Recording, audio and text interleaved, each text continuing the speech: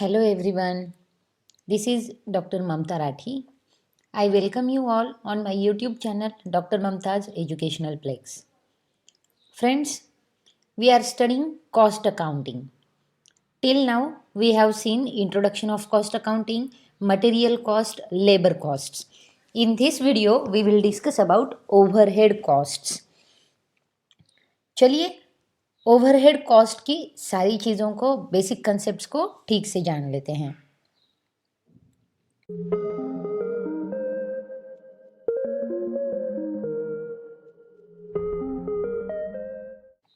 सबसे पहले हम बात करेंगे ओवरहेड कॉस्ट की।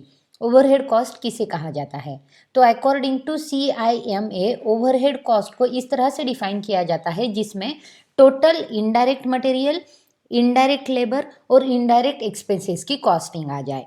यानी कि बिजनेस ऑर्गेनाइजेशन में जो कोई भी इनडायरेक्ट मटेरियल, इनडायरेक्ट लेबर और इनडायरेक्ट एक्सपेंसेस होते हैं, इन सभी का जो कॉस्ट होता है वो होता है ओवरहेड कॉस्ट। अब ये जो इनडायरेक्ट एक्सपेंसेस है, ये इनडायरेक्ट एक्सपेंसेस क्या कौन से होते हैं? तो उनमें आता है rent, taxes, maintenance, repairs, selling and distribution expenses, depreciation, factory lighting, printing and stationery, marketing expenses. यानी कि जो एक्सपेंसेस डायरेक्टली प्रोडक्शन के टाइम पर नहीं लगते हैं, उन सारे एक्सपेंसेस को हम कहेंगे इनडायरेक्ट एक्सपेंसेस। अब हम देखेंगे टाइप्स ऑफ ओवरहेड्स। जैसे कि आप देख रहे हैं ओवरहेड कॉस्ट को यहाँ पर तीन कैटेगरी में कैटेगराइज किया गया है। फर्स्ट है अकॉर्डिंग टू एलिमेंट, सेकेंड है according to functional classification and third है अकॉर्डिंग टू बिहेवियर। अब ओवरहेड कॉस्ट जो अकॉर्डिंग टू एलिमेंट क्लासिफाई की गई है उसमें आता है indirect material, indirect labour and indirect expenses. ये होता है एलिमेंट्स ऑफ कॉस्ट की बेसिस पर। नेक्स्ट जो है वो है फंक्शनल क्लासिफिकेशन के बेसिस पर, यानी कि कौन से फंक्शन में हम क्लासिफाई कर रहे हैं। तो उसमें आता है manufacturing, administration and selling and distribution. और लास्ट जो है बिहेवियर, जिसमें आता है fixed overheads, variable overheads and semi variable overheads. तो ये जो है वो सारे टाइप्स ऑफ ओवरहेड्स है जिनमें हम ओवरहेड्स को स्टडी करेंगे। अब ओवरहेड अकाउंटिंग जो हम मेंटेन करते हैं उसकी क्या स्टेप्स होती है? सबसे पहले तो हम ओवरहेड्स कलेक्शन करते हैं, यानी कि कलेक्शन ऑफ ओवरहेड्स। एक बार ओवरहेड्स का कलेक्शन होने के बाद उसका एलोकेशन करते हैं, तो allocation of overheads. Third step जो आती है वो होती है अपॉर्शनमेंट ऑफ ओवरहेड्स। नेक्स्ट आता है रीअपॉर्शनमेंट ऑफ ओवरहेड्स और एट लास्ट हम देखते हैं एब्सॉर्प्शन ऑफ ओवरहेड्स। सबसे पहले हम लोग बात करेंगे कलेक्शन ऑफ ओवरहेड्स की। ओवरहेड का कलेक्शन एक प्रोसेस होती है जिसमें हमारे जो कुछ भी कॉस्ट सेंटर या कॉस्ट यूनिट है उसको जानने के लिए जो हर एक आइटम ज़रूरी होता है उसका रिकॉर्ड किया जाता है। यानी कि कॉस्ट कलेक्शन में सारे एक्सपेंसेस को जब भी हम रिकॉर्ड करेंगे तो हम ईच कॉस्ट सेंटर या ईच कॉस्ट यूनिट के एसरटेनमेंट को कर पाएंगे। अब कॉस्ट कलेक्शन जो होती हैं उनके जो सोर्सेस होते हैं डॉक्यूमेंटेशन के वो कुछ इस तरह से होते हैं। सबसे पहले तो हमें कॉस्ट कलेक्शन करना पड़ता है स्टोर्स रिक्विजिशन की तरफ से, फिर वेजेस शीट, कैश बुक और परचेस ऑर्डर एंड इनवॉइसेस से। तो कैश कलेक्शन जो होता है ओवरहेड्स का वो इस तरह से हो जाता है। नेक्स्ट हम बात करेंगे एलोकेशन ऑफ ओवरहेड्स की। ओवरहेड का एलोकेशन करना, इससे पहले हमें करना होता है डिपार्टमेंटलाइजेशन ऑफ ओवरहेड एक्सपेंसेस। यानी कि एलोकेशन और एपोर्शन के प्रोसेस के पहले की जो स्टेप है वो है डिपार्टमेंटलाइजेशन। अब डिपार्टमेंटलाइजेशन यानी कि हमें डिपार्टमेंट्स को क्रिएट करना होता है हमारी फर्म में, सो दैट हमारे जो ओवरहेड एक्सपेंसेस है उनको हम कन्वीनियंटली एलोकेट कर सके या फिर एपोर्शन कर सके कंसर्न डिपार्टमेंट को। अब ये जो डिपार्टमेंटलाइजेशन होता है वो machining, personnel, assembling, maintenance power, tool room, stores, accounts, costing, अलग अलग डिपार्टमेंट की तरह हम इसे क्लासिफाई कर सकते हैं और उनके डिपार्टमेंटलाइजेशन में हम हमारी ओवरहेड्स को एलोकेट कर सकते हैं। बहुत ही ईजिली एलोकेशन की प्रोसेस हम कर सकते हैं अगर हमारे पास डिपार्टमेंटलाइजेशन किया हुआ हो। अब जो हम बात करेंगे वो है कि एलोकेशन प्रोसेस जो है उसमें जो कॉस्ट आइटम्स है वो डायरेक्टली चार्ज किए जाते हैं कॉस्ट यूनिट को या फिर कॉस्ट सेंटर को। फॉर एग्जांपल इलेक्ट्रिसिटी चार्जेस जो है वो एलोकेट किए जाते हैं वेरियस डिपार्टमेंट को अगर सेपरेट मीटर इंस्टॉल नहीं किए गए हो। वैसे ही सैलरी ऑफ स्टोर्स क्लर्क है जो कि एलोकेट की जाती है स्टोर्स डिपार्टमेंट को। साथ ही साथ कॉस्ट ऑफ कोल जो यूज़ किया गया है बॉयलर में वो डायरेक्टली हम एलोकेट कर सकते हैं बॉयलर हाउस डिवीजन को। अगर हमारे पास इक्वली डिपार्टमेंटलाइजेशन या क्लासिफिकेशन पहले से होगा तो हम जो एलोकेशन है हमारे ओवरहेड का उस एलोकेशन को प्रॉपरली कर सकेंगे, यानी कि ओवरहेड किस चीज़ का ओवरहेड है उसी चीज़ पर हम उसे एलोकेट कर सकते हैं। नेक्स्ट हम बात करेंगे अपोर्शनमेंट ऑफ ओवरहेड्स की। अब अपोर्शनमेंट किस तरह से किया जाता है ओवरहेड्स का, तो जब भी पॉसिबल हो ओवरहेड्स को एलोकेट करना ज़रूरी हो जाता है, लेकिन ओवरहेड जो पर्टिकुलर कॉस्ट सेंटर या पर्टिकुलर कॉस्ट यूनिट को हम चार्ज करते हैं उसे अपोर्शन करना वेरियस डिपार्टमेंट को ये पॉसिबल नहीं होता, या फिर किस कुछ समय पर ये सूटेबल भी नहीं होता। तो ये मोस्ट कन्वीनियंट हो जाए और मोस्ट इफ़िशियंट हो जाए, इसके लिए जो अपोर्शनमेंट ऑफ ओवरहेड्स है वो हमें सूटेबल बेसिस पर करना होता है।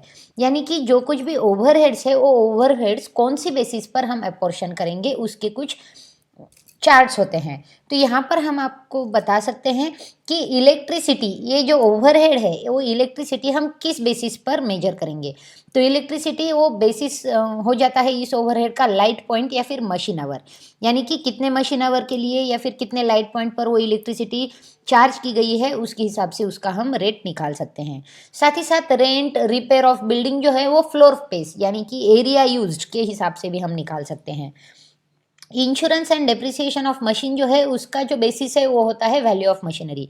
मशीनरी की वैल्यू को बेस रखते हुए हम इसको अपोर्शन कर सकते हैं। साथ ही साथ पावर को हॉर्स पावर के साथ अपोर्शन कर सकते हैं। Employ insurance expenses and canteen expenses जो होते हैं इसका बेसिस होता है नंबर ऑफ एम्प्लॉयज़।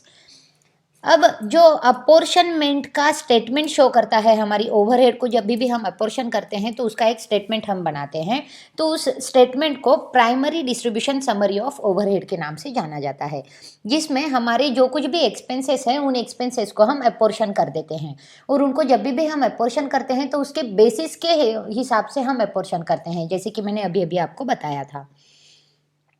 एक बार अपोर्शनमेंट हो जाए तो उसके बाद हम रीअपोर्शनमेंट करते हैं ओवरहेड्स का। अब जो डिपार्टमेंट्स ब्रॉडली डिवाइड होते हैं production department and service departments में, तो रीअपोर्शनमेंट जो होता है ओवरहेड्स का उसमें सर्विस डिपार्टमेंट के ओवरहेड्स जो होते हैं उन्हें हम रीअपोर्शन करते हैं प्रोडक्शन डिपार्टमेंट को। अब ये जो प्रोसेस है जिसमें हम रीअपोर्शनमेंट कहते हैं उसके लिए हम एक स्टेटमेंट तैयार करते हैं जिसको हम कहते हैं secondary distribution summary of overheads. अब रीअपोर्शनमेंट जो किया जाता है वो दो तरीके से किया जाता है, यानी कि उसके दो मेथड्स है। फर्स्ट है नॉन रेसिप्रोकल मेथड एंड दूसरी है रेसिप्रोकल मेथड। सबसे पहले हम बात करेंगे नॉन रेसिप्रोकल मेथड की। अब ये जो मेथड है इसमें एक अजम्पशन लिया जाता है कि सर्विस डिपार्टमेंट जो है वो उसके जो ओवरहेड्स है वो ओवरहेड्स प्रोडक्शन डिपार्टमेंट को देता है, यानी कि सर्विस डिपार्टमेंट और प्रोडक्शन डिपार्टमेंट दोनों को भी वो दे देता है। लेकिन रेसिप्रोकल मेथड जो है उसमें एक अज्यूम किया जाता है कि सर्विस डिपार्टमेंट जो उसके सर्विसेज रेंडर करता है वो सिर्फ और सिर्फ सर्विस डिपार्टमेंट प्रोडक्शन डिपार्टमेंट को ही उसकी ओवरहेड्स को हम अपोर्शन कर देते हैं। अब ये जो मेथड है रेसिप्रोकल मेथड उसमें हम रिपीटेड डिस्ट्रीब्यूशन मेथड लेते हैं और साइमल्टेनियस इक्वेशन मेथड भी लेते हैं। फिर से एक बार हम इसके ऊपर गौर करेंगे दोस्तों। नॉन रेसिप्रोकल मेथड जो है इस मेथड में अज्यूम किया जाता है कि सर्विस डिपार्टमेंट जो कि उसकी सर्विसेज रेंडर करता है प्रोडक्शन डिपार्टमेंट को, वो सर्विस डिपार्टमेंट को उसके जो ओवरहेड है वो रेंडर नहीं करेगा, यानी कि उसका जो अपोर्शनमेंट है वो सर्विस डिपार्टमेंट को नहीं जाएगा। नॉन रेसिप्रोकल मेथड जिसमें सर्विस डिपार्टमेंट के ओवरहेड्स सर्विस डिपार्टमेंट को चार्ज नहीं किए जाएंगे। और रेसिप्रोकल मेथड ये है जिसमें रेसिप्रोकल मेथड में जो सर्विस डिपार्टमेंट के ओवरहेड्स हैं उन्हें हम प्रोडक्शन डिपार्टमेंट और सर्विस डिपार्टमेंट दोनों में अपोर्शन कर देंगे। अब इसके लिए दो मेथड्स है, रिपीटेड डिस्ट्रीब्यूशन मेथड और simultaneous equation method. Repeated distribution method जो है उसमें हमारे जो कुछ भी एक्सपेंसेस होते हैं उन एक्सपेंसेस को हम इक्वली प्रोडक्शन और सर्विस डिपार्टमेंट को डिस्ट्रीब्यूट कर देते हैं। और ये जो डिस्ट्रीब्यूशन होता है उसके लिए कुछ परसेंटेज जो है उस परसेंटेज का बेसिस लिया जाता है। और ये जो परसेंटेजेस है उस परसेंटेजेस को ध्यान में रखते हुए ईच डिपार्टमेंट का जो परसेंटेज फिक्स किया गया है उस परसेंटेज के साथ हम उस डिपार्टमेंट को पर्टिकुलर सर्विस डिपार्टमेंट का जो ओवरहेड है उसे डिस्ट्रीब्यूट कर देते हैं। अब ये वाली जो प्रोसेस है वो कंटिन्यूअस चलती रहती है जब तक हमारे जो सर्विस डिपार्टमेंट के ओवरहेड है वो नेग्लिजिबल फिगर तक नहीं पहुंचते। सपोज ABC प्रोडक्शन डिपार्टमेंट है और X और Y सर्विस डिपार्टमेंट है, तो हमें X और Y के जो ओवरहेड है उन्हें डिस्ट्रीब्यूट करना होता है A, B और C प्रोडक्शन डिपार्टमेंट में। तो सबसे पहले हम X ओवरहेड को डिस्ट्रीब्यूट कर देते हैं। X ओवरहेड को जब हम डिस्ट्रीब्यूट करेंगे तो ABC प्रोडक्शन डिपार्टमेंट और Y डिस्ट्रीब्यूशन सर्विस डिपार्टमेंट को हम उसे डिस्ट्रीब्यूट कर देंगे उनके फिक्स्ड परसेंटेज के साथ। अब X डिपार्टमेंट जो है वो नील हो जाएगा। अब नेक्स्ट जो आता है Y डिपार्टमेंट, जो सर्विस डिपार्टमेंट है जिसके पास खुद का बैलेंस तो है ही, साथ ही साथ अभी X का भी बैलेंस आ चुका है। तो ये दोनों का मिलाकर जो बैलेंस होगा, जो एक्सपेंसेस होगी, उसे हमें डिस्ट्रीब्यूट करने हैं प्रोडक्शन डिपार्टमेंट के साथ और सर्विस डिपार्टमेंट के साथ। तो Y डिपार्टमेंट की जो कुछ भी ओवरहेड्स है उसे हम डिस्ट्रीब्यूट करते हैं percentage wise ABC production department में और X में, यानी कि Y का जो अपोर्शनमेंट है वो X सर्विस डिपार्टमेंट में भी हो रहा है। अब ये प्रोसेस हम तब तक करते जाएंगे जब तक X और Y दोनों सर्विस डिपार्टमेंट जीरो ना हो जाए, यानी कि इनमें अमाउंट नेग्लिजिबल ना हो जाए, तब तक ये डिस्ट्रीब्यूशन हमें करते रहना है। और X और Y जो सर्विस डिपार्टमेंट्स है उनकी जो अमाउंट है वो पूरी तरह से हमें प्रोडक्शन डिपार्टमेंट को असाइन कर देनी है। तो ये होती है रिपीटेड डिस्ट्रीब्यूशन मेथड। इसमें हम जो प्रोसेस है उसको रिपीट करते जाते हैं, इसलिए इसका नाम है रिपीटेड डिस्ट्रीब्यूशन मेथड। इसके वाइस वर्सा है simultaneous equation method. Simultaneous equation method में हम अलजेब्रिक मेथड यूज करते हैं जिसमें हम एक इक्वेशन बनाते हैं और वो इक्वेशन फॉर्म करते हैं हमारी ओवरहेड एक्सपेंसेस जो कि हर सर्विस डिपार्टमेंट में है, उसके लिए एक अमाउंट या फिर इक्वेशन हम फ्रेम कर देते हैं और उस इक्वेशन को सॉल्व करके जो टोटल एक्सपेंसेस होते हैं हमारे, वो डायरेक्टली ट्रांसफर कर देते हैं हमारी प्रोडक्शन डिपार्टमेंट को। यानी कि एक ही बार में हमारे जो एक्सपेंसेस हैं उन एक्सपेंसेस को हम हमारी प्रोडक्शन डिपार्टमेंट में अपोर्शन कर देते हैं। तो ये होती है हमारी साइमल्टेनियस इक्वेशन मेथड। अब नेक्स्ट जो थिंग हम देखेंगे वो है एब्सॉर्प्शन ऑफ ओवरहेड्स। एब्सॉर्प्शन का मतलब होता है कि हमारे जो एक्सपेंसेस है, यानी कि ओवरहेड एक्सपेंसेस है प्रोडक्ट्स के, उसे इक्विटेबल शेयर ऑफ एक्सपेंसेस में चार्ज करना। अब एब्सॉर्प्शन जो होता है वो सूटेबल बेसिस पर ही किया जाता है और एब्सॉर्प्शन रेट जो होता है वो कैलकुलेट किया जाता है overhead expenses divided by unit of base selected के इक्वेशन के साथ। तो ये हमारा फॉर्मूला बन जाता है ओवरहेड एब्सॉर्प्शन रेट का, overhead expenses divided by unit of base selected. अब एब्सॉर्प्शन की मेथड्स कौन सी होती है? तो एब्सॉर्प्शन जो किया जाता है वो बेसिस ऑफ प्रोडक्शन यूनिट पर भी किया जाता है। उसका एक बेसिस है डायरेक्ट लेबर आवर पर भी किया जाता है, साथ ही साथ percentage of direct material, percentage of direct labour cost, इनके बेसिस पर भी एब्सॉर्प्शन किया जाता है। Absorption basis of machine our पर और basis of percentage of primary cost per भी किया जाता है। तो ये सारी जो है वो डिफरेंट मेथड्स हैं हमारी एब्सॉर्प्शन की। अब हम देखेंगे वैल्यू एडेड एक्टिविटी। अब कोई भी एक्टिविटी जिससे हमारी प्रोडक्ट या सर्विस की वर्थ में इंक्रीज हो उसे हम कहते हैं वैल्यू एडेड एक्टिविटी। जैसे कि इंजीनियरिंग डिज़ाइन है, असेंबलिंग है, पेंटिंग है, किसी चीज़ को पैकिंग कर दें हम, प्रोडक्शन कर दें, रिसर्च एंड डेवलपमेंट कर दें। तो जो एग्जिस्टिंग कमोडिटी है हमारी, जो एग्जिस्टिंग थिंग है, उसके ऊपर ये एक्स्ट्रा एक्टिविटी करने के बाद उसका वैल्यूएशन बढ़ जाता है, तो उसे कहते हैं value added activity. Non value added activity भी होती है। अब ये जो एक्टिविटी होती है वो आइदर इंक्रीज करती है हमारे टाइम को स्पेंड करते हैं, जो कुछ भी हम टाइम स्पेंड करते हैं हमारी प्रोडक्ट और सर्विस को, उसमें इंक्रीज करती है, मतलब उसको ऐड करती है, लेकिन उसकी मार्केट वैल्यू जो होती है वो एज इट इज़ रहती है, उसकी मार्केट वैल्यू में कोई भी इंक्रीज नहीं होता। जैसे कि हम रिपेयर करते हैं हमारी मशीन को, storage of inventory, building maintenance, inspection, moving materials, इसमें क्या होता है, तो ये जो एक्टिविटीज़ है वो ऐड करती है हमारी टाइम स्पेंड ऑन प्रोडक्ट को, हमारी प्रोडक्ट पर हम इसके टाइम को स्पेंड कर रहे हैं, लेकिन उसकी जो मार्केट वैल्यू है वो market value as it is रहेगी, इंक्रीज नहीं होगी। तो इसे कहते हैं नॉन वैल्यू एडेड एक्टिविटी, यानी कि कोई भी वैल्यू ऐड नहीं होगी। अब नेक्स्ट है traditional costing method. Traditional costing method typically use की जाती है हमारे वन रेट को एलोकेट करने के लिए ओवरहेड टू प्रोडक्ट के लिए। अब ये जो रेट होता है वो ऑफनली बेस्ड होता है हमारे डायरेक्ट लेबर कॉस्ट पर या फिर डायरेक्ट लेबर आवर पर। अब जो प्रॉब्लम होते हैं हमारे ट्रेडिशनल कॉस्टिंग सिस्टम के साथ वो मैन्युफैक्चरिंग प्रोसेसेस एंड प्रोडक्ट्स के लिए ज़्यादा आते हैं, क्योंकि मोर प्रोडक्ट्स जो कॉम्प्लेक्स होता है और ये जो रिजल्ट होता है वो ओवर कॉस्टिंग या अंडर कॉस्टिंग में रिजल्ट होता है। तो ट्रेडिशनल कॉस्टिंग सिस्टम जो है वो अब नहीं यूज़ की जाती है। कॉम्प्लेक्स प्रोडक्ट्स जो होते हैं वो एलोकेट करते हैं adequate amount of overhead cost को, और सिंपल प्रोडक्ट्स जो होते हैं वो टू मच ले लेते हैं इस कॉस्टिंग को। तो ये जो ट्रेडिशनल कॉस्टिंग मेथड है वो ओवर कॉस्टिंग में चली जाती है या अंडर कॉस्टिंग में चली जाती है और यूज़ करने लायक नहीं होती है, क्योंकि काफ़ी अपडेशन आ गए हैं इसमें, और उस अपडेशन की वजह से इस ट्रेडिशनल कॉस्टिंग मेथड का इंपॉर्टेंस थोड़ा सा कम हो जाता है। अब हम बात करेंगे एक्टिविटी बेस्ड कॉस्टिंग की। एक्टिविटी बेस्ड कॉस्टिंग में किसी भी ओवरहेड कॉस्ट का एलोकेशन सिस्टम जो है वो एलोकेट करता है ओवरहेड को मल्टीपल एक्टिविटी कॉस्ट पूल के साथ, और असाइन करता है एक्टिविटी कॉस्ट पूल्स को प्रोडक्ट और सर्विसेज के साथ, जिसमें कॉस्ट ड्राइवर्स जो कि एक्टिविटी को यूज करते हैं उसे रिप्रेजेंट करता है। अब एक्टिविटी बेस्ड कॉस्टिंग जो है उसके कुछ स्टेप्स है, जैसे कि आइडेंटिफाइंग एक्टिविटीज़। सबसे पहले हमें एक्टिविटी को आइडेंटिफाई करना होता है, उसके बाद हमें कॉस्ट ड्राइवर्स को आइडेंटिफाई करना होता है। थर्ड जो स्टेप है उसमें हम ओवरहेड रेट को कंप्यूट करते हैं, और लास्ट स्टेप में हम ओवरहेड कॉस्ट को असाइन कर देते हैं।